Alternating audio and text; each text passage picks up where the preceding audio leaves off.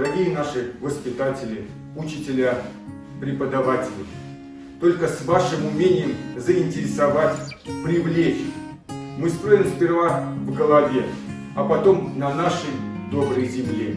Наш мир – это вы, а вы – это знание, прогресс, наш энтузиазм и энергия.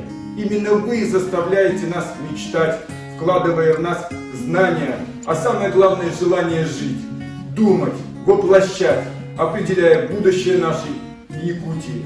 Благодаря вам труд давно стал основой основ человеческого бытия. Именно вы соединяете мы всего нашего многонационального народа в большую дружную семью. И столетие Якутской АССР, нашей любимой республики, прекрасное тому подтверждение. Коммунисты и комсомольцы Якутии неустанно борются за возвращение заслуженного престижа педагогического труда, за увеличение его финансирования. Крайне важно уберечь сельские и малокомплектные школы от новых витков оптимизации.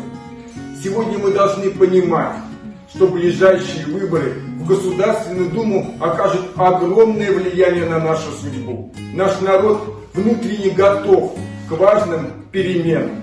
Страна истосковалась по крупным проектам и быстрому движению вперед, по социальной справедливости и честной власти, которая защитит интересы каждого человека. Дорогие наши учителя, это вы восхождение страны к новым вершинам, которое будет достойно наших просторов, наших научных и литературных гениев, нашей великой истории. Уважаемые, дорогие, с праздником вас! Счастья вам и успехов в вашем нелегком труде!